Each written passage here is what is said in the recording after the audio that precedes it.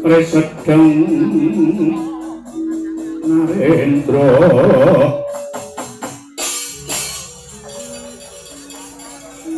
Yaksa alaku ala engkang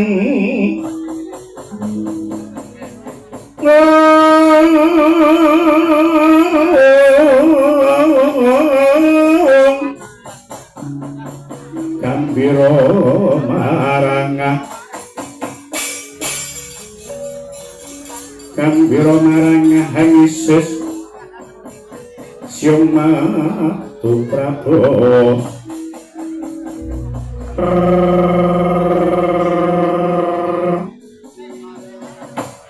yo jagat yo dewa Bathara paman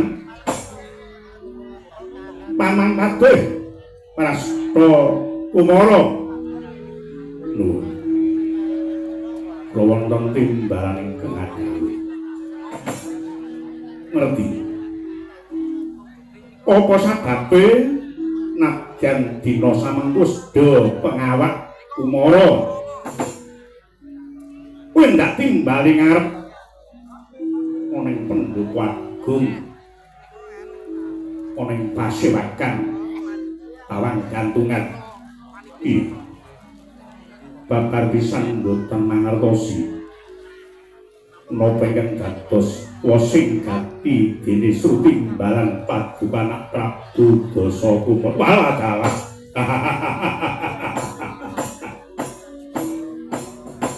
ya jagat ya dewa Bathara lakone Dasamuka duk nalika sira ana ngangkon Ndraja nganti sakyahine urung rampung ingkang tegese kudu dibablasake merga mesine kowe ngerti Paman Prasta le gegayuanku tujuanku nggon kepengin duweni garwa titis Widawati nganti sakyahine durung kelakon mesine sira ngerti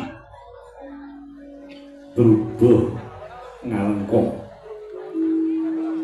perang gedhen nganti negaraku dadi awu mongko biyen aku Nalindra sugih Nalindra berbondo berbandu ning donyaku ludes keles kabeh dadi awu sira ngerti apa sebabe Paman Padhe Brasta nggih nok lho iki ngestuake iki ngadhawu nyuntuk ingkang kathah nggih yektosipun sampun sawet awis wit Paduka Prabu Kedanan kelawan Titis Widawati ngantos nalika semana dusta rekyang simpring iku ingkang dadosaken dadaning pasurayan ning Paduka kowe mutaken boten mendha saking ubaya mboten luntur saking geguntur lenging tekad mung nedya netepi pekareman Paduka nggihipun keparengan garwa Titis Widawati ladalah kowe ora luput mergane kowe bisa ngrasake wong iki nandhang asmara wong kang nandhang asmara iki ibarate kowe wong nyangga bumi mula patembalan ing atiku nalika semana didadunga aku ya medhot dipalangono aku ya mlumpat ning jebul sing dadi atur mau ora luput ning aku ora bakal mandheg tekan semene tetep ndak goleki kapan daya aku ngadan wis abadan Kumara bisa ku lungguh jejer lawan wanita sing ndak tresnani nuwun sewu Toga biar madu apa? Ih, seperti mugi keparenga kula nderek matur. Iya, biar matur apa, Gon? Dados boten lepat pun dados aturipun ingkang Paman Padhe Prahasta. Pangkat derajat kulungguhan niku tetele mung kalih perkara wanita. Bilanipun Gusti patukanipun tiyang ingkang boten bener dhateng wong wadon iki ingkang sok nyilakake tur niku wonten umpamane apa kok nggih ngomong tunggal ingkang dipun wastani merusak turus ijo niku demen karo bocah kang isih prawan dereng umur niku merusak turus ijo ngomong kalih ingkang dipun wastani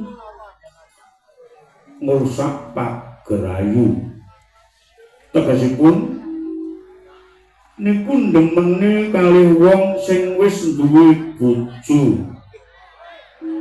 Najan niki kantheng kematani demen kalih bojone liyan niku gawe ingkang sami ngraosaken niku gurih niki pun dienggo. Niku rusak pagrayu. Lah, ing penganggo 3 ingkang dipun wastani angkrong pesamaan. Niku demen kalih bojone kanca. Niki sing malah gurih sing niki. Demen kalih bojone kanca. Iku angkrong pesamaan. Niki kedadi konek-konek sampeyan kepengin dadi malindra ingkang binetara agar pun pengawat umara. Iya to. Tinunggang pungkaw sekawan kang dipun wastani meksa saresmi.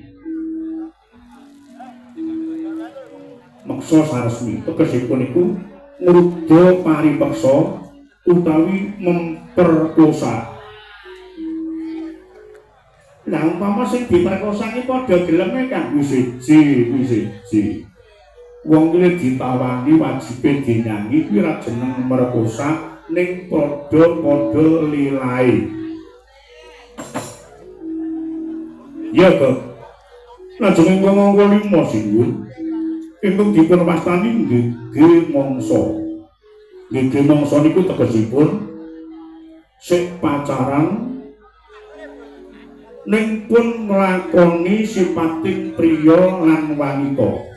Niki dados larangane agama monggo sik pacaran pun kumpul niki nggih boten sae. Tinunggang pungkasan sinuwun tresna kalih wanita niki mboten napa-napa kenging mawon. Ning ampun ngantos nglanggar 6 perkara ingkang pungkasan ingkang dipun wastani anjejamah utawi anjejamah. Niki seneng senggama. Tegese niku seneng kawin. Ning tanpa teduga tegese ora ana ewuh lan pekewuh waton gelem ditumpaki. Niki mboten sae, mboten papan mawompan. Nah, perkawis sampeyan seneng kaliyan ngertian sinta. Monggo niki dipun penggalih kanthi lebet sampun kunajur kumur-kumur mun mboten gadhahi apengawaan wadah ning sampun abadan sukma. Lek niki mengke kebanjur-banjur ajeng dos pundi napa inggih sampean badhe kedrarang-drarang boten manjing kasuwargan kok. Nggo dhisik.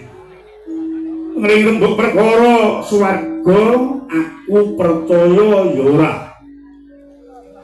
Lek saka pangrasaku wong sing nyemplung ning neraka kuwi wong sing kebat kesusahan. Atine bingung, atine ora nyaman, ora tentrem, kuwi wong manjing ning neraka. Ning lek keturutan samu barange sarwa tentrem sarwa ayem, ya kuwi swarga sejati.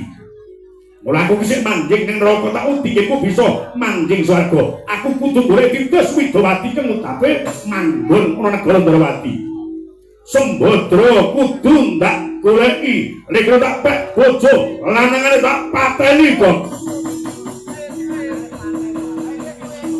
Cocomungtap lerek kinetap kemencoba tatone lati nekro kocak ngundarandir praso aman kabeh pokok bidaya kontolaku jantraku mudi dewanita sing ndak tresnani rakyat Broto Jaya ireng ning negara Ndrawati aja padha kelayapan kono derek ratuku.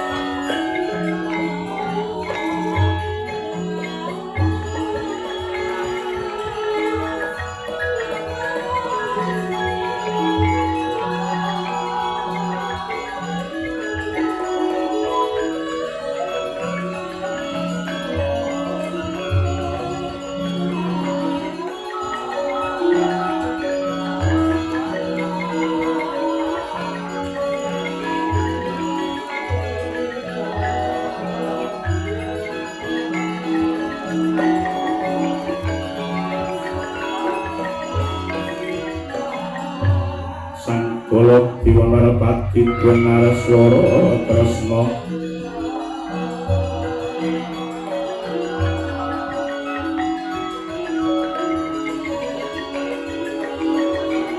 kawan kuning tresnanira mrengkatan istri satunggil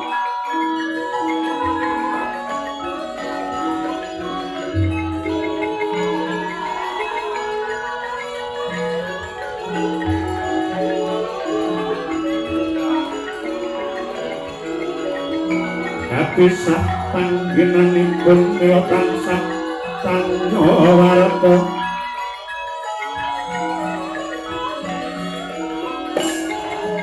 mring Sanghyang Rama atur brangka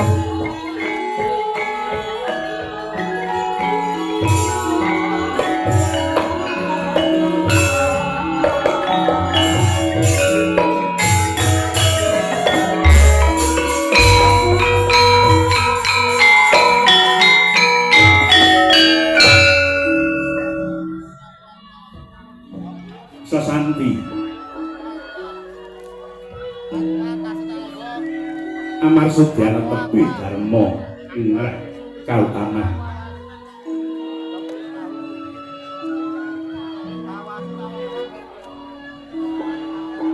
sadurunge dumadi jagat raya tangana muhun gumraring alam suwung ingkang alangut datang ka tepi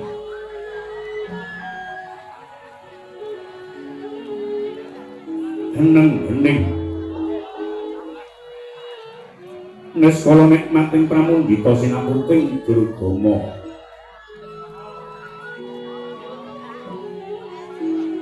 sajareping kaningan tini tapur wengkayun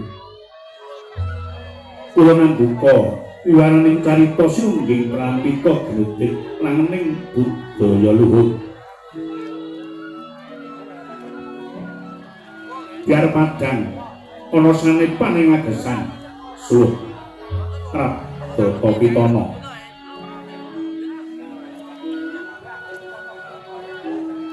Rahayu Sagung dumadi Rahayu Sagung Bawana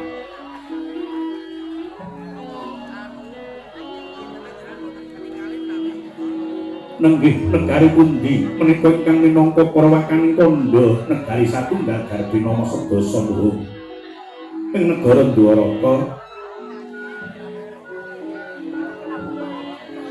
Cenggala Manik Dwaraka kawis tiga sinebut ing negari Dwarawati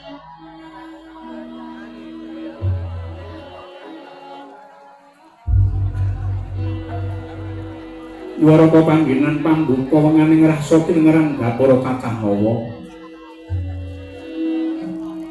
Terpari nenggo Reca Bupala minangka sasmita wenang weninging babahan Hawa Sanga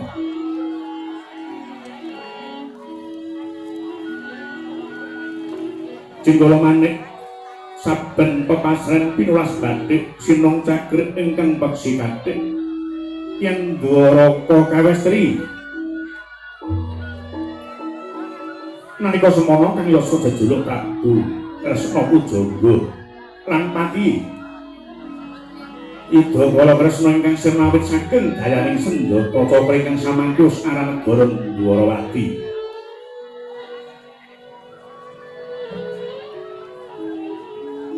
pantos yen Dwaraka kinarya prawaning carita karana dumadi saking pupu ingkang bebanjaran sinela sungapaning tuyuh Benawi tinampi ombak ing samudra biru maya ingkang nglanut dhateng pagut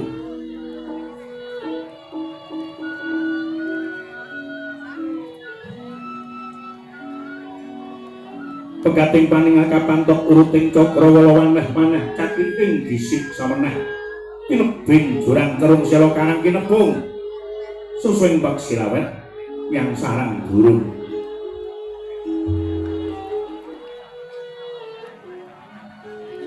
wonten ugi pasisiran tersasana jembar kabekaning pasir gumelar ginaris pinggir tanem tuwuh ingkang ngrembuyung royo-royo Karang Kidri Perwira-ning Klapa Pratandha Bumi Subur Pasiten Mawur Sadingah ingkang tinandur tangkar tumangkar kaburyang dadi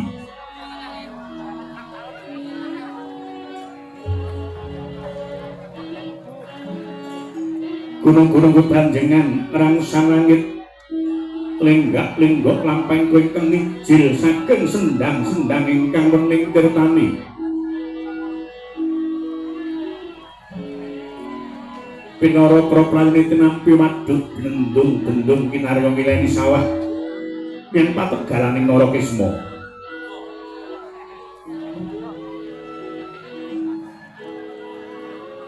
wakal pangulen tetanan bebasan tamana bumi sajeng kang ingkang sawa sadaya kinanduran tanem tuwuh ingkang marakabi pandya Batari Sri Aglar Gumelar Yayah Rukmi saringkeng pinangkuing Pratiwi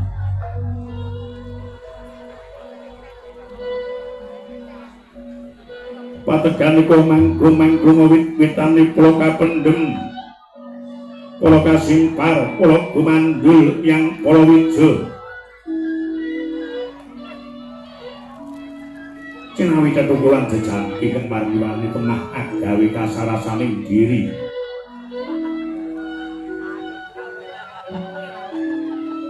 nalika semana sang nata nuju lenggah sinewa ing pinggir Dinatrata lenggah gampar denta ingkang pinalibet ing kencana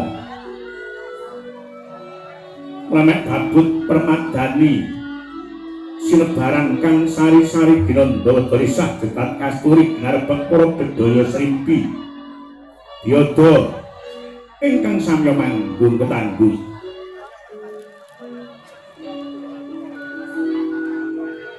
sinten jujur ing nata ingkang mengkoni bumi Dwaraka nenggih ingkang ajejuluk Sang Maha Prabu Sri Bathara Kresna ya Raden Narayana ya Sang Janardana Janarjana ya Sang Kesawa ya Sang Padmanaba ya Sang Wisnumurti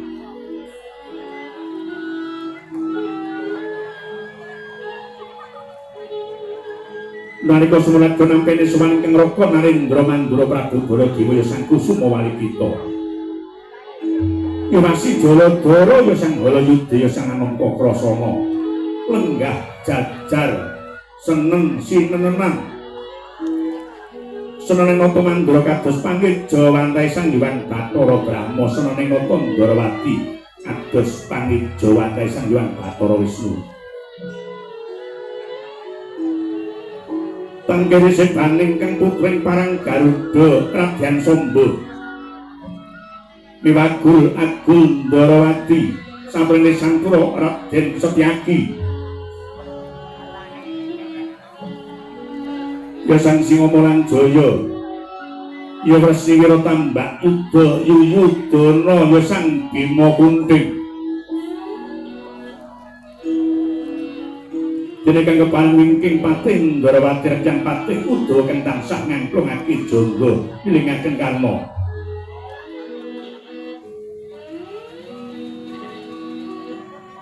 sawetawis dangu Sang Nata dereng kayos pangandikane teka kaya mangkono panugas paraning Indriya Nata Ndarawati Sri Bathara Kresna ingkang dereng kayos sing lisan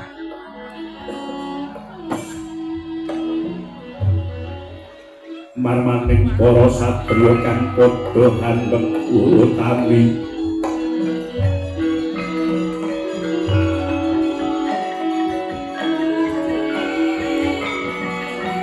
dengan guna sarat jumengrat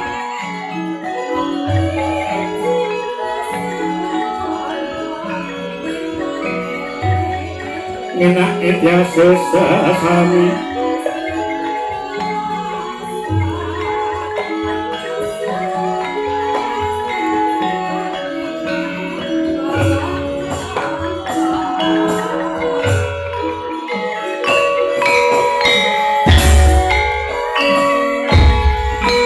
Jare kumamuni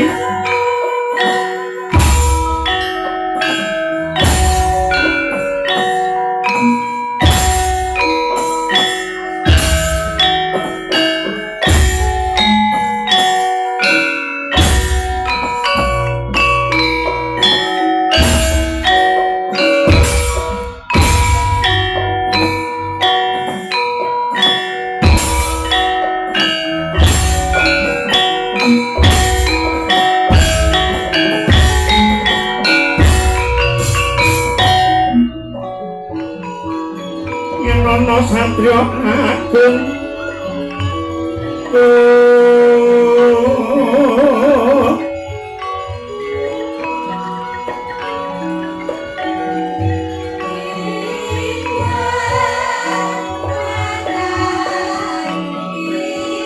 Karbehan Mangkono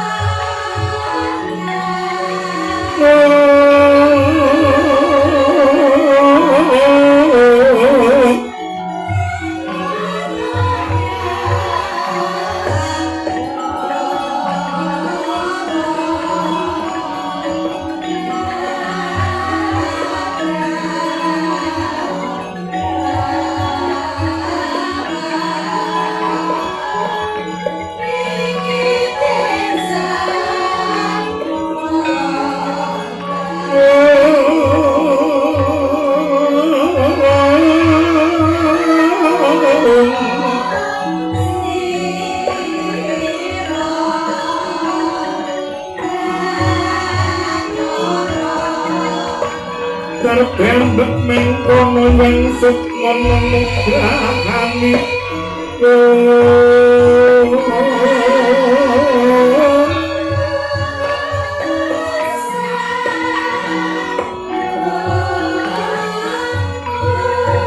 kang derajat uripe nerangkai bojo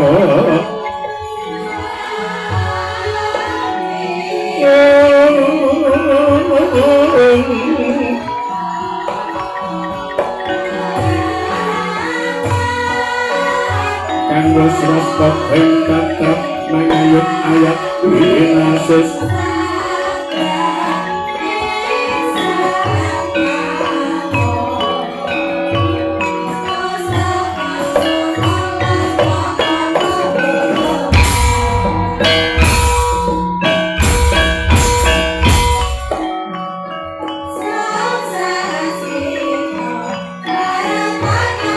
Ono sing diwando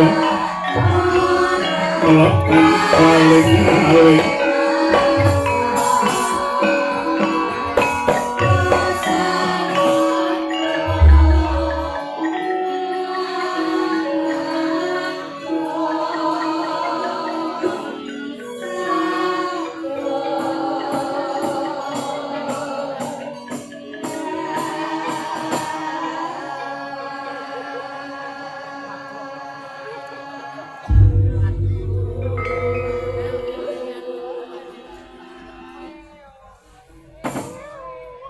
mangyo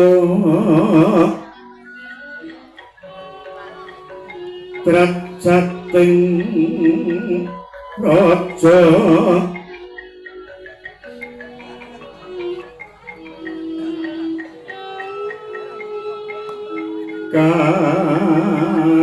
kawuryan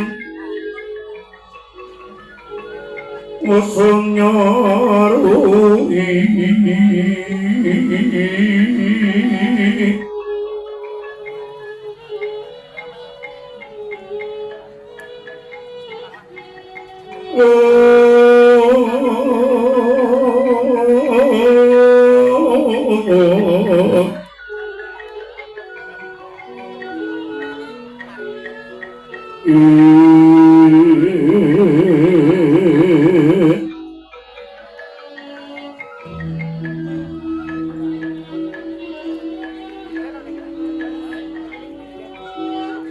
ora pangrenguka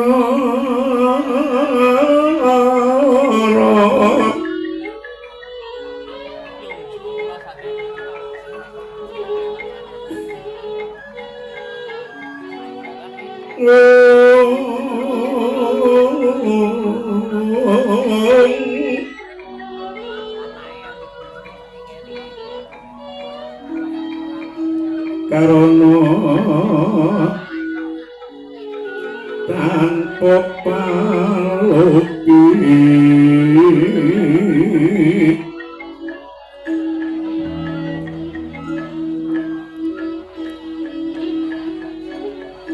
penang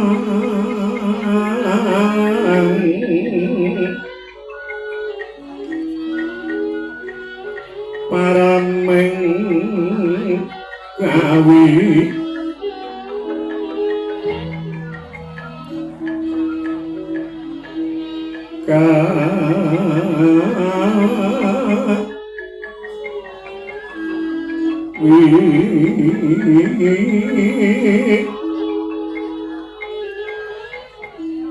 leteng jas malatku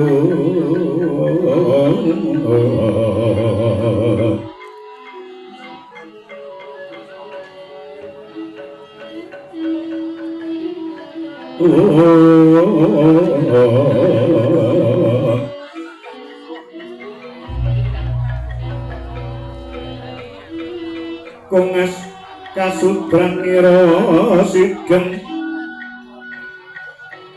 tandhaning dumati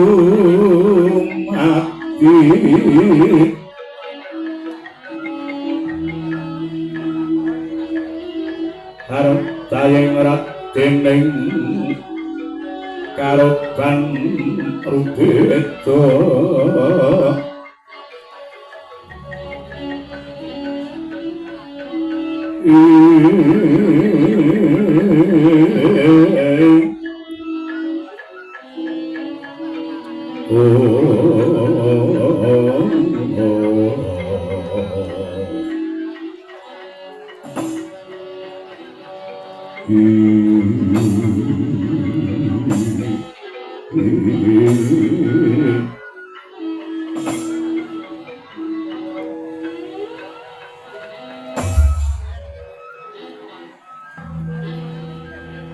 ya jagat ya dewa Bathara. Yayi pun kakang njaluk pangapura. Pun kakang njaluk pangapura. Merga sawetara nggonipun kakang sapejagong ana ngarsaning Yayi Narayana nganti kabeh do cumlengkrungen nggone nganti dawuh pangendikaning Yayi Narayana ing pasewakan dina iki. Apa to sababe ndak sawang saka jaiting netra lekring Werdaya kawistara Yayi Narayana ora kerenang rasane apa Ndarawati ana bot repot ruwet renteng kang magepokan lan pasewakan Ndarawati. Lha kepancen kaya mengkono Yayi Kresna mara tumulya paring pangandikan sapa ngerti awit saka praptanipun kakang iki mau bisa njalari danganging penggalih Yayi Narayana. Yen tetelo Ndarawati nandhang pepeteng sapa ngerti awit saka tekanipun kakang pun kakang bisa weh pepadang. Mara coba tumlinggal paringa dawuh apa kang nyababake Syadi meneng 1000 basa bebasan meneng kaya banyu gendelan kaya watu. Narayana ler sapating sun tumiling Hanulati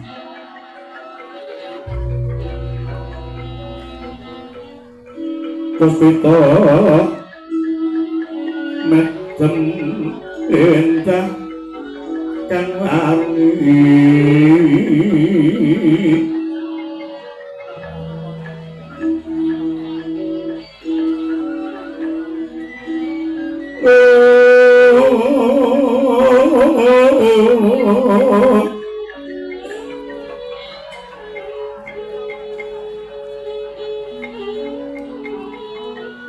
midereng taman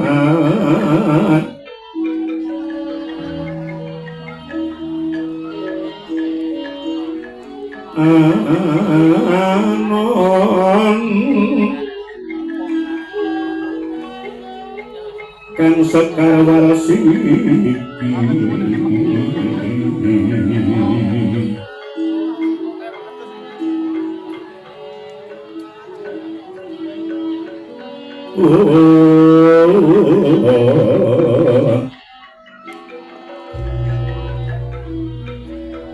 kumenyut ing tias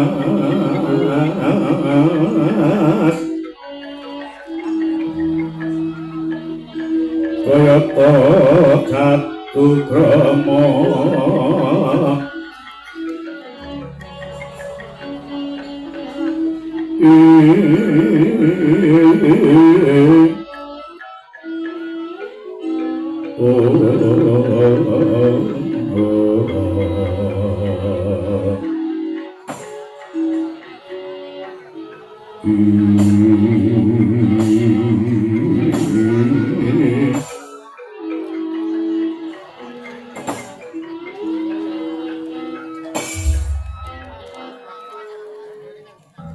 sewu karepatan diagung pangreksawanipun Kanjeng Koko Prabu Baladewa.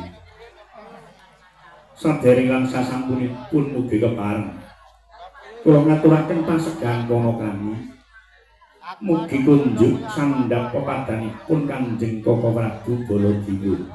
Ya Kusantama ndadekke legawanipun kakang pangestunipun kakang wae dadi ditampani kawula nuwun inggih kacadhong tangan kekalih kapundi wonten ing mustaka ndayana kegiatan tumrap alahi para Koko Prabu Yayi Kresna iya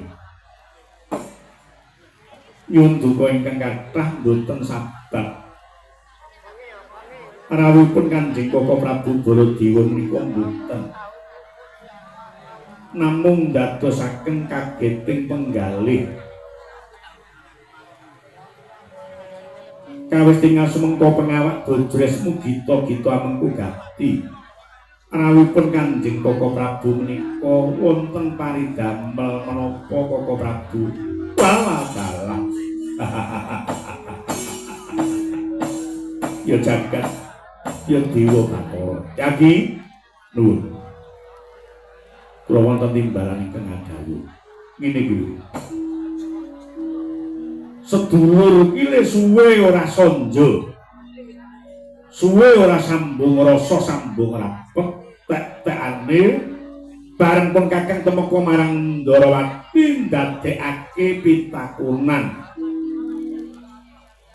mulane sing rumaket karo sedulur lena wektu kang becik dilengke sonjo karo sedulur iki ngestuaken ingkang adawuh ning yo ora maido kok Di mergo kabeh mau nulak lakon kang wis kawuri ning endi wae ana Baladewa ana Narayana ana Kakrasana ana Narayana bareng wis duweni kewajiban minangka pepayung ngayomi kawula dasih pun Kakang Yuli Sudarma Yayi Kresna jumeneng nata ing Ndarawati kanthi mengkono rada suwe nggone bisa sapejagong utawa sapatemon ya Yayi pun Kakang percaya Ndarawati kang winengku Yayi Kresna kebak ing kamulyan karaharjan lan katentreman wargane padha nunggalake cipta rasa karsa lan karyane merga Syadi Nalindra kang wicaksana ndak rungu saka Mandura nggone ngeterapake pamrentahan ing Ndarawati Syadi Ramban Cindimban Cinadan Syadi Rambida cara ing antaraning warga lan kulawarga tegese Ramban Cindimban Cinadan mono sapa kang wajib nampa ganjaran kudu jumbuh lan pengadyane marang negara Ndarawati kawula nuwun inggih sepisan rasa kangenku suwe rasa patemon kepindho nyupeketake rasa kekadangan ndungkap pengangka telu ki janjane umpama ndak aturke ndak kandhake iki kaya-kaya ora tinemu nalar lirik kados pundi Koko Prabu aku ki gumun karo awakku dhewe ndak ngeneng ki gumun karo pribadiku dhewe kang selawasipun Kakang ora tau kepelut ora tau kepencut mungguh sing aran wahyu mungguh sing aran nugraha lan kabejan merga pun Kakang wis ngrumangsani yen wis kecukupan ing samubarang nggonku Yuli Sudarma nglungguhi keprabon Mandura ning gari-gari iki aku gumun setahun jembleng sarendeng bareng krungu tetembungan wahyu sejati ya wahyu purba sejati ing kono tuwa pinginipun Kakang kaya ngapa to pengentuk wahyu ning jagat mula pun Kakang tumuli temeka marang Ndarawati ingkang perlune mung kepengin nak-yenake umpama pun Kakang ki mau melu-melu golek nugraha kang tumiba carane kepiye Narayana long-longing driya mangu-mangu mangungkung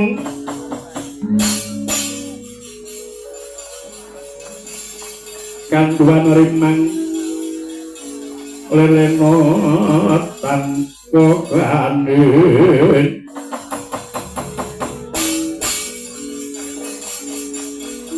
ngrena tansokane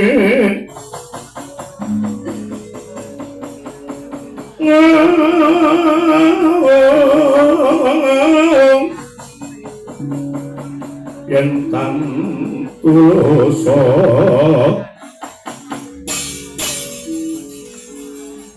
yen tantusa mengkosan yang utama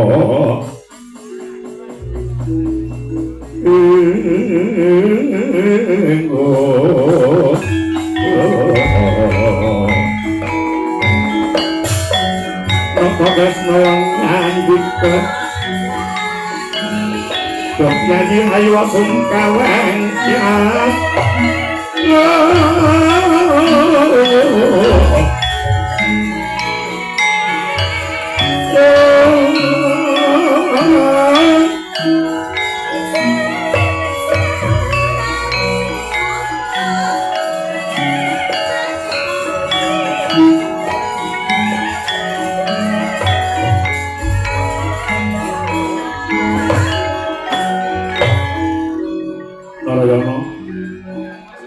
Bloko hai pun kakang temeko marang negara Ndrawati barat mung kepengin kaya dene kebukan usuh budal aku njaluk pewarah aku njaluk tulung piye caranipun kakang bisa antuk wahyu kang tumiba madya pada nggih Bapak Prabu sawu karepatan diatur panging samanipun jeneng Bapak Prabu Baladewa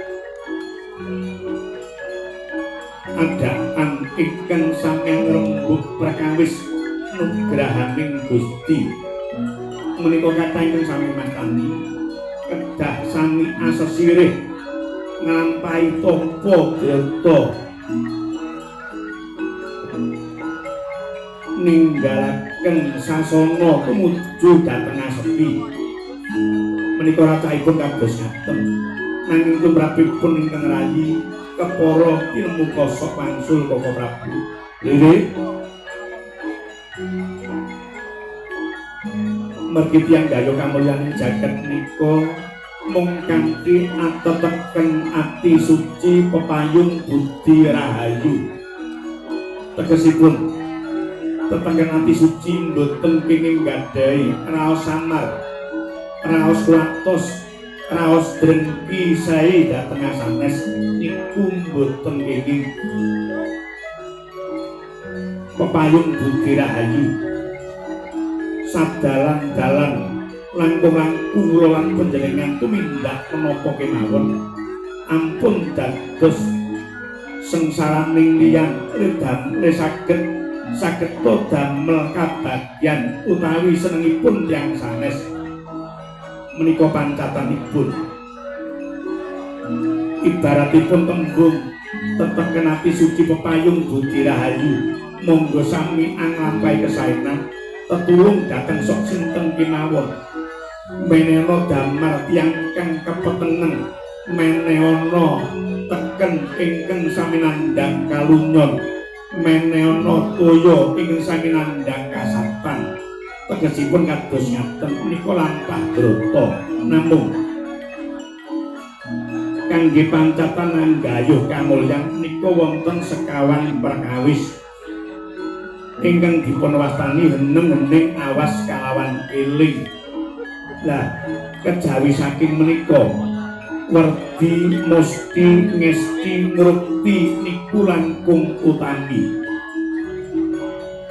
Bapak Prabu saged meperhadaning karep krana kanthi heneng ingkang pungkasan saged hening tundhanipun saged eling krana sampun saged nipataken nepsu petang perkara ingkang kawastanan alwamah amarah supiah lan mutmainah niku kalebet wonten ing werdi tegesipun ngikis pakarti ingkang kala musti njumbuhaken raos lebet lan jabane mergi napa lagi menika utusan ning ati niku sampun cetha dening Ngesti kanthi linambaran pangesti melengake cipta dhateng ingkang ngubahaken kanan mepet dhateng Gusti Kengakarya jagat kula pitados saged ketekan ingkang senedya saged kasti ingkang paduka udi ning ingkang rampung rekaos Koko Prabu menawi sampun dumugi tembung rukti awit napa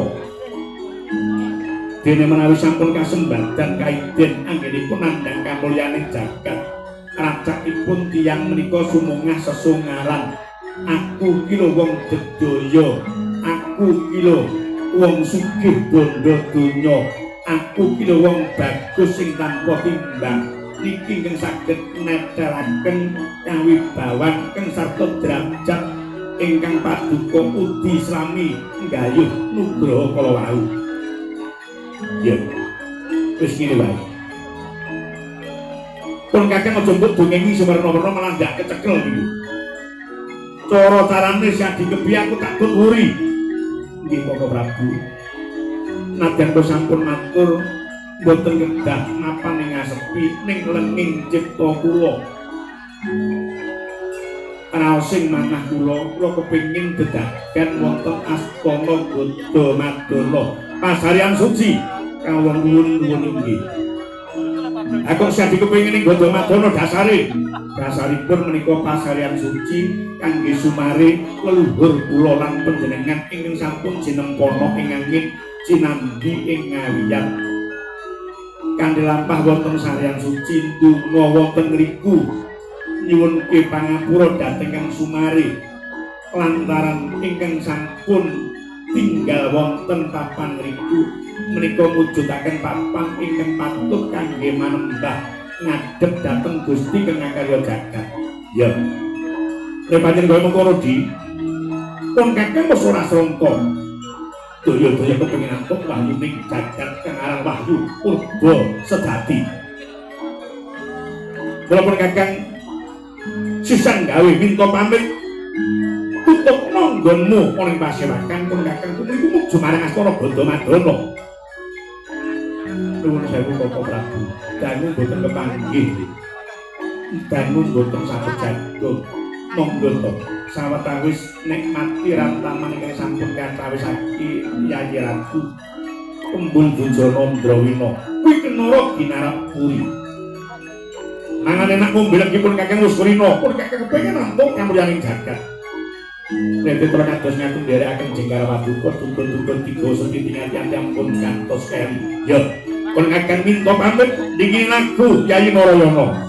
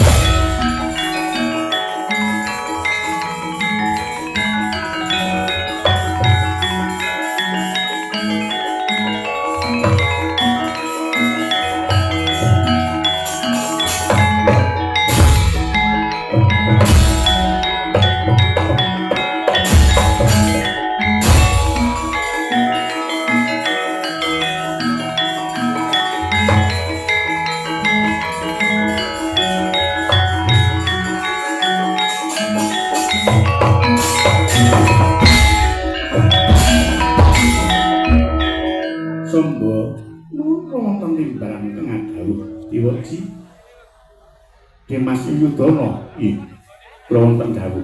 Kakang Udawa kula wonten dawuh sinuwun. Ora ana sabda maning pasewakan. Untatna tindaking Koko Prabu ing Jabang Rangkah Ndarawati. lan pinter ngawi kapicaksanan Setyaki lan Kakang Patih Udawa napa lho iki sombo bubarno kang padha gantung sing bengsun bakal kondur anget-anget. Ayo bebarengan padha ngestu padha ngono iki ngestuaken iki ngadalu.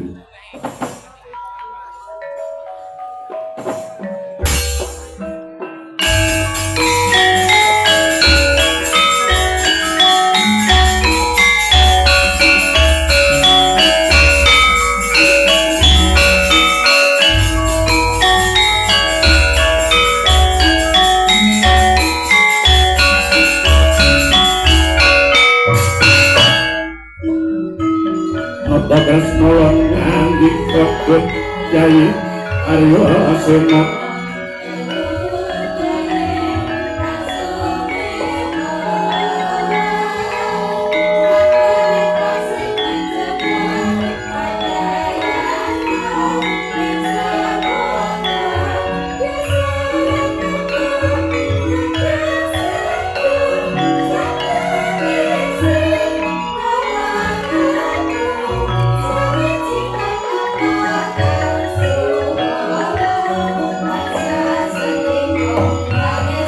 kanten keparing dene